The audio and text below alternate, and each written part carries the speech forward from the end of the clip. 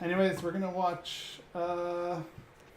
Let's watch the Bohemian Rhapsody trailer. Okay. So here we go.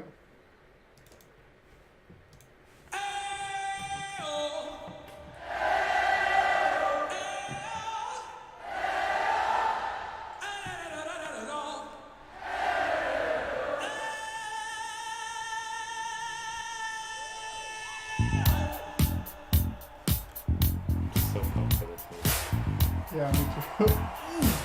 Let's go! Oh, baby.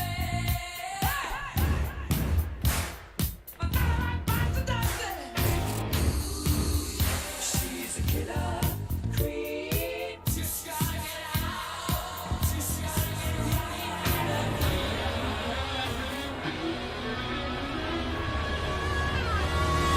get So now what? This is when the operatic section comes in. Oh, the operatic section, yeah. Mamma mia, mamma mia. Mamma mia, let me go. Beelzebub has a devil put aside for me. For me. For me. It goes on forever, 6 bloody I minutes. pity your wife if you think 6 minutes is forever. We will rock you. Sing it. We will rock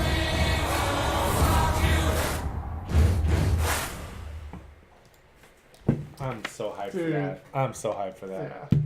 I love that band, just in general to begin with. Yeah. Yeah, same. Then when they got stupid popular again in the 90s because of the Wayne's World stuff, I was like, fuck yeah, that's so cool. And then, I don't know, I feel like their music is pretty timeless.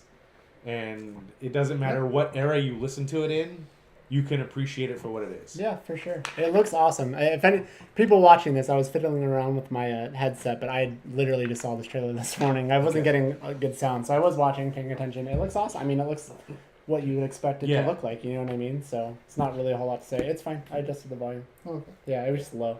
But yeah, it looks really cool. The only thing I'll say, not about this, but what you said, their music is timeless. It does suck like fucking, sports. Sometimes tired, like Yeah. Enter Sandman by Metallica. It's just like, I'm fucking tired of hearing that song. And just like We Will Rock You, it's just Yeah. like, oh fuck. Like I remember like I used to go to Ducks games all the time and it was just like, Yeah. all right, like okay, yeah, like the song. I was don't think I almost- gave Queen an extra boost with the Mighty Ducks movies. Yeah. That's right. But it sucks when something like even no matter how hard you try to avoid it gets played so much Yeah. that it almost makes what you thought was cool fucking lame. Yeah. You know what I mean? I hear you. I agree with you on that. Ah. Like, there's this one song. It's Queen and David Bowie. Yeah, Under Pressure. Under Pressure. Yeah. Like that one, I was so sick of it. Like a few years ago, because like it was in every fucking movie, and it probably still is to this day in every fucking movie. And I haven't heard it in a long time. And it came on the radio when I was at work. I'm like, fuck, I forgot how fucking energized and good this song is. Yeah. Mhm. And that's what I love about Queen is like their music is just good lyrically and musically. Tell Like good I remember when I stories. first heard them when my dad would fix the car all the time in the garage and play his loud fucking music and like I hear Queen and it was all classic rock and I hear Queen and like that was the music that got me, into them. Yeah, I remember I was like the only kid in, I was in 3rd grade or 4th grade that knew who Queen was when Wayne's World got super popular and all that. And I was like, man, I've been listening to these, I'm like 8, 9 years old. I've been listening to these guys forever. My whole life. Yeah, right? Yeah, that's what it was like, man. Yeah. And yeah, I don't know. I'm super excited about this. I was having a discussion with a friend of mine the other day about how music that's 20 years old or more is just not getting talked about anymore. And Yeah.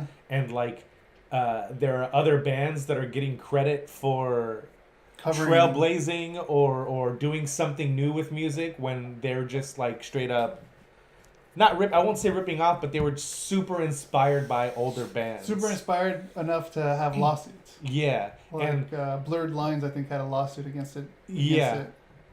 And like specifically the band I'm talking about is The Clash. And like a friend of mine posted something about The Clash and it's like, oh man, I haven't listened to The Clash in a while. I love The Clash. So I just kind of went through their catalog on Amazon Music and I was just listening to this. Man, some of this shit is so good and so relevant now, but kids now don't know who the fucking Clash is. And they'll say like, oh, Green Day revolutionized this style of music and made it mainstream. And it's like, no, they did. They brought it back. They brought it back, exactly. But like, I had a discussion the other day with my wife in the car listening. I was like, oh, you know what? I haven't listened to it in forever. Tragic Kingdom by No Doubt. I'm listening to this album. And I was listening to it, and I looked at my wife. I go, I bet you that there is an entire generation of kids that have no fucking idea that Gwen Stefani is even in this band. Yeah, there's actually kids react to people who didn't know that Really? they were in No Doubt. There's like maybe one or two kids like, oh, it's No Doubt, like the early Gwen Stefani. Yeah. But most of them didn't know. But yeah, and it's just, and like, I feel like it's, I don't know, this sounds like super soapboxy, but like, it's up to people who actually still remember and love that music to make sure that it keeps getting played and keeps getting passed down. Right. To your point, but I guess with a slight twist, the thing that I hate is insert whichever musician, group, band, whatever, that samples or pulls from this classic stuff, and then you ask people, oh, isn't that, that Beyonce something? Like, no, you mean this, like, that's, like, it all this shit ties in, like, we talk about no originality in TV and Hollywood and stuff, and it's like, it even down to fucking music, it's like you have people that are making songs, and that's fine, sample shit, but it hurts when people that don't know any better think that they were the ones that made it. And like, I'm not trying to, I hate, like, gatekeeping. Like, you see somebody with, like, a fucking Anti-Flag shirt, and you're like, oh, fucking name 3 Anti-Flag songs. Like, that's not what I'm talking about at all, and neither is Bryce. What we're talking about is fucking credit where it's due and where it belongs. Yeah. And Queen is one of those bands that I really feel like until now that for a while nobody talked about. And then Wayne's World came around and they had a whole new life and people were talking about them again. And hopefully this will spark another resurgence and people will continue talking about Queen because they're fucking fantastic and they're one of my favorite bands. Yeah, they're an awesome band. I'm laughing because I'm like, they're going to fucking make me hate We Will Rock You even more because it's just going to keep going and going. But it's fine. Other stuff. You were talking about like older bands and like their music resonating, and then you mentioned Green Day. I just want to throw this in there really quick. American Idiot. I think that's the one that's going to stick around for a long time. Yeah. As per any older music. Right. Like American Idiot is just, that's a timeless album. Yeah. It's just a timeless album that I think it's always going to be relevant or has a relevancy to it. I don't know. Relevancy, that's a word. Yeah, that's okay. a word. But yeah, and that's a good point. And then to my point, I feel like people hear that and think like, oh, they were the first to do something like that. They're going to think that, yeah. People already think that. Well, yeah, people do already think that. But there's been concept albums since the beginning of time. Yeah. And then that style of music. Sex Pistols, Ramones, The Clash. And like, yeah, those are 3 bands that people might know the names of. And there's countless other bands that nobody knows the names of that were doing that style of music also. That Green Day and other bands like them were no doubt influenced by.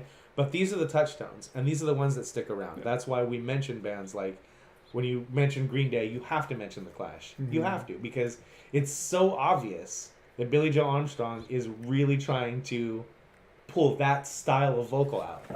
Yeah. Definitely has a mixture of unique vocals. I'm all for originality and giving credit where it's due, so let's keep talking about the originals and let's keep this shit in the mainstream. I didn't know that. So it's just like, it's scary. I mean, again, kind of still to the point, you know, like our local oldies station, K-Earth 101, now plays so much like 80s Nirvana music. Yeah. You know what I mean? I've heard Nirvana play. No, I know. And it's just like, it's weird though, because like, man, when I was growing up, I was hearing fucking 50s and 60s music on that. And it's like, you're saying some of the stuff gets so old that you're afraid it's going to disappear. Yep.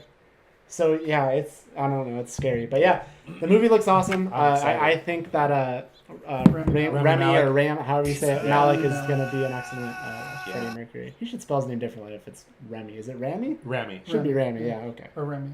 I think it's Ramy.